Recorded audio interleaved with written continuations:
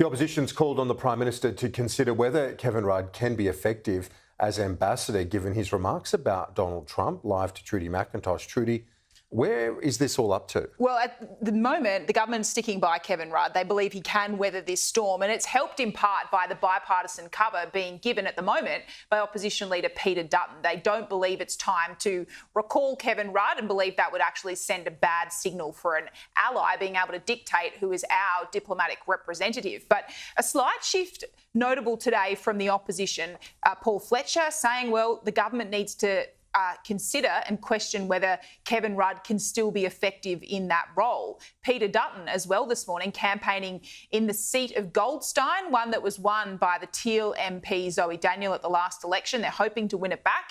Today, Peter Dutton pointing out the political bind that Anthony Albanese finds himself in. Well, I guess the difficulty that the Prime Minister's in at the moment is that if he sacks Kevin Rudd, then what does he do with Penny Wong? And if he sacks Penny Wong, what does he do, given he's made his own disparaging remarks about President-elect Trump as well? And look, these are issues for the Prime Minister. But Peter Dutton might be setting a test there that his own side can't meet. I wanted to show you these tweets from the Shadow Home Affairs Minister James Paterson from before he entered politics. The first one here pointing to Donald Trump's dangerous economic views. He said that in 2015.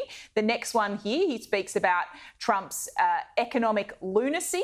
And the third one, where he was essentially mocking this quote from Donald Trump way back in 2011, where Trump said if he runs and wins, the country will be respected again. And you can see James Paterson saying right to that. So it's not just those on the Labor side who were previously critical of Donald Trump.